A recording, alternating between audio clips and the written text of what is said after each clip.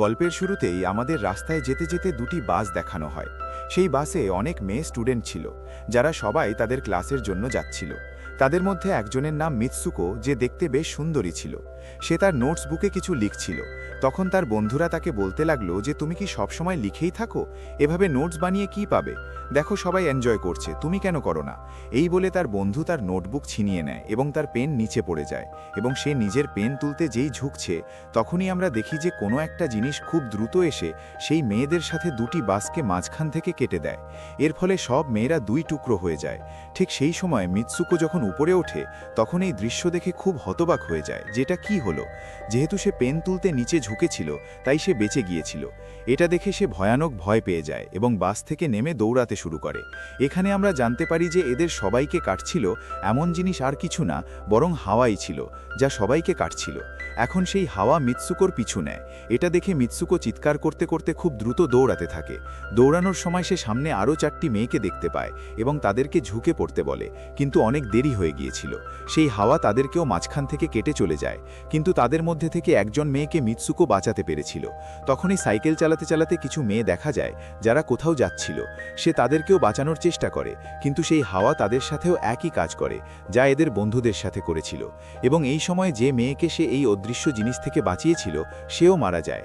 এখন সে এটা দেখে খুব ভয় পেয়ে যায় এবং এদিক ওদিক দৌড়াতে থাকে। এরপর আমরা দেখি যে মিৎসুকো যখন একটি নদীর কাছে যায়, তখন সে অবাক হয়ে যায়, কারণ সেই নদীতে আগে থেকেই অনেক মৃতদেহ পড়েছিল, যাদেরকে সেই হাওয়া অর্থাৎ অদৃশ্য জিনিস কেটে দিয়েছিল। সেখান থেকে সে একটি মৃতদেহের কাপড় নিয়ে বদলে নেয়।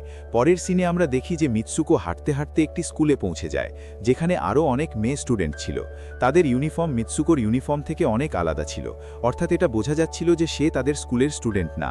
তখনই একটি মেয়ে মিৎসুকোর কাছে এসে বলতে থাকে যে তুমি কেমন আছো। আসলে সেই মেয়েটি তার বেস্ট ফ্রেন্ড ছিল, কিন্তু মিৎসুকো তাকে জিজ্ঞাসা করে যে তুমি কি সত্যিই আমার বেস্ট ফ্রেন্ড, কারণ তার কিছুই বুঝতে পারছিল না যে তার সাথে কি হচ্ছে। সে বেশ শখে ছিল। এখানে আমরা জানতে পারি যে মিৎসুকো আর তার বেস্ট ফ্রেন্ড একে অপরকে অনেক ভালোবাসে। তখনই সেখানে জোরে হাওয়া বয় এবং মিৎসুকো ভয় পেয়ে বিল্ডিংয়ের ভিতরে চলে যায়। তার বেস্ট ফ্রেন্ডের কিছুই বুঝতে পারছিল না যে কি হচ্ছে। সে মিৎসুকোকে জিজ্ঞাসা করতে থাকে যে তুমি এত কাঁপছো কেন, আর এত ভয় পাচ্ছ কেন, তোমার কি হয়েছে? তখন মিৎসুকো তার বেস্ট ফ্রেন্ডকে সব কিছু বলে দেয়, যে কিভাবে একটা হাওয়ার ঝাপটা এসে তার স্কুলের সব স্টুডেন্টদের কেটে চলে গেছে। এটা শুনে তার বন্ধু তাকে জানালার কাছে নিয়ে গিয়ে তার হাত বাইরে বের করে বলে যে দেখো, এটা তো শুধু হাওয়া। কিছুটা শান্তি পেল এবং তার মনে হতে লাগলো যে হয়তো এটা আমার স্বপ্নই হতে পারে। এরপর মিৎসুকোর বেস্ট ফ্রেন্ড তার আরও দুজন বন্ধুকে নিয়ে ক্লাস বন্ধ করার প্ল্যান করল। যেই 4জন ক্লাসের বাইরে যাওয়ার জন্য বের হতে যাচ্ছিল, ঠিক তখনই সেখানে তাদের টিচার এসে পড়ল এবং তাদের দেখে ফেলল। কিন্তু 4জনই সেখান থেকে দৌড়ে পালালো। তারা 4জন দৌড়াতে দৌড়াতে একটা লেকে চলে এলো। সেখানে মিৎসুকোর বেস্ট ফ্রেন্ড তার 2 বন্ধুকে তার স্বপ্নের কথা বলল। তখন তাদের মধ্যে একজন মেয়ে বলল যে হয়তো এটা সত্যি হতে পারে, যেমন মিরার ওয়ার্ল্ড হয়, যেখানে এই দুনিয়ার থেকে উল্টো হয়। এই বলে সে তালাবে একটা পাথর ফেলে বলল, দেখো, এখানে আমি তো পাথর ফেলেছি, কিন্তু হয়তো অন্য দুনিয়ায় আমি এমন করিনি। ঠিক তখনই হঠাৎ সেই তালাব থেকে একটা কুমির বের হয়ে এসে তাদের একজন মেয়েকে খেয়ে ফেলল। তারপর সেই মেয়ে বলতে লাগলো, দেখো, আমি বলেছিলাম না, যা এই দুনিয়ায় হয় সেটা অন্য দুনিয়ায় হয় না, আর যা অন্য দুনিয়ায় হচ্ছে সেটা এই দুনিয়ায় হতে পারে না। তো এটাকেও সেই দুনিয়ায় কুমির খেয়েছে। আর এখানে দেখো, এটা তো পুরোপুরি সেফ। সেই লেকের পাশে একটা বিছানা অর্থাৎ বেড দেখা যায়। এই 4জন সেই বেড থেকে বালিশ নিয়ে খেলতে শুরু করে। তখনই আমরা দেখি দূর থেকে 2জন মেয়ে তাদের দেখছে। তাদের মধ্যে একজন ব্রাইডাল সাজে সেজেছিল, কারণ এই 2জন মেয়ে একে অপরের সাথে বিয়ে করে নিয়েছিল।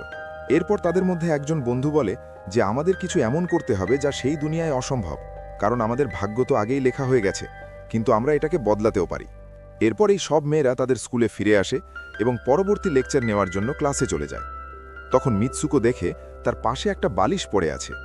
যেই সে সেই বালিশটা তুলতে নিচে ঝুঁকছে, ঠিক তখনই তার টিচার পুরো ক্লাসে গান দিয়ে ফায়ার করতে শুরু করে। আর যেই মিৎসুকো বালিশ তুলে উপরে তাকায়, তখন তার ক্লাসের সব মেয়েরা মারা গেছে।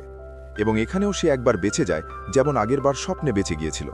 মিৎসুকোর টিচার তার কাছে এসে বলে যে তোমার সাহস হলো কি করে এই ক্লাস বন্ধ করার, তোমারও মরা নিশ্চিত। তখনই সেই সময়ে আরও 2জন মেয়ে এসে পড়ে এবং মিৎসুকোকে বাঁচিয়ে সেখান থেকে পালানোর চেষ্টা করে, কিন্তু আরেকজন টিচার এসে সেই 2জন মেয়েকে মেরে ফেলে। এখন যতজন স্টুডেন্টের প্রাণ বেঁচে ছিল, মিৎসুকো তাদের সাথে বাইরে দৌড়াতে থাকে, কিন্তু স্কুলের সব টিচার তাদের ওপর ফায়ারিং শুরু করে দেয়। এখানে ফায়ারিংয়ের সময় যখন সব মেয়েরা বাইরে আসে, তখন হাওয়া তাদেরকে কেটে দেয়। এখন মিৎসুকো আবার একা হয়ে যায় এবং সে সেখান থেকে পালিয়ে ভিড়ের জায়গা দিয়ে পুলিশ স্টেশনে যায়। সে সেখানে সবকিছু বলতে থাকে। তার কথা শুনে পুলিশের মেয়েটি তাকে বলে যে কিন্তু তুমি তো স্কুলের পোশাক পরেনি। আর যখন সে তার সামনে একটা মিরর রাখে তখন মিৎসুকো মিররে দেখে যে সে একদম বদলে গেছে এবং লোকেরা তাকে মিৎসুকো বলে না, বরং অন্য নামে ডাকছে। এখানে আমরা জানতে পারি যে তার বিয়ে হওয়ার কথা ছিল। তখন সেই পুলিশ অফিসার তাকে তার বিয়ের জন্য নিয়ে যায়। এটা দেখে আশেপাশের লোকেরা তাকে কংগ্রাচুলেশন দিচ্ছিল। এখন যেই তারা সবাই তাকে নিয়ে চার্চে পৌঁছায় তখন মিৎসুকোর বেস্ট ফ্রেন্ডও সেখানে উপস্থিত ছিল। মিৎসুকো তাকে জিজ্ঞাসা করতে থাকে যে এসব আমার সাথে কি হচ্ছে। তখন তার বন্ধু তাকে বলে যে এখন চুপ করো, আমরা এখন কারো নিয়ন্ত্রণে আছি, যেমন আমি বলবো তুমি ঠিক তেমনই করো। এই বলে সে তার ওয়েডিং ড্রেস পরিয়ে তাকে সেখানে যাওয়ার জন্য বলে। এখন যেই সে তার বিয়ের অনুষ্ঠানের জন্য এগোয় তখন সেখানকার সব মেয়েরা তার উপর মজা করতে শুরু করে। এটা দেখে তার বেস্ট ফ্রেন্ড একে একে সবাইকে মারতে শুরু করে দেয়। এরপর যেই মিৎসুকো এগোতে থাকে তখন তার গ্রুমের জায়গায় একটা তাঁবুত দেখা যায়। সেই তাঁবুত খোলা হলে একটা বড় শূকর বের হয়ে আসে। মিৎসুকো তাকে দেখে খুব ভয় পেয়ে যায় এবং একটা ভাঙা বোতল দিয়ে তার উপর আক্রমণ করে। এরপর মিৎসুকো আর তার বেস্ট ফ্রেন্ড চার্চ থেকে দৌড়ে বাইরে চলে আসে।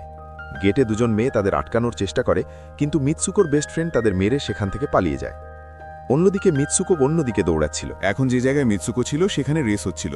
ঠিক তখনই তার কাছে কিছু মেয়ে এসে বলতে লাগলো, তুমি তো খুব ভালো রেসার, দাঁড়িয়ে আছো কেন, দৌড়াচ্ছ না কেন?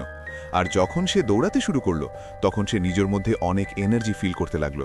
এরপর মিৎসুকো রেস জেতার পুরো চেষ্টা করতে লাগলো। দৌড়ানোর সময় তার ডেড ফ্রেন্ডদেরও দেখা গেল যারা কিছুক্ষণ আগে তার স্কুলে মারা গিয়েছিল। ঠিক তখনই তার বেস্ট ফ্রেন্ডও চলে এলো। তখনই দুজন নোটিস করলো যে সেই পিগ আর সেই মহিলারা যারা চার্চে তাদের আটকাচ্ছিল তারা সবাই তাদের দিকে আসছে। দৌড়ানোর সময় কিছু মেয়েরা মিৎসুকোকে বলতে লাগলো, এই দুনিয়া থেকে বাইরে চলে যাও। এরপর আমরা এগিয়ে দেখি যে মিৎসুকো দৌড়াতে দৌড়াতে একটা নির্জন অন্ধকার জায়গায় চলে এলো। সেখানে কিছু স্টুডেন্ট দেখা গেল যারা ইউনিফর্ম পরেছিল।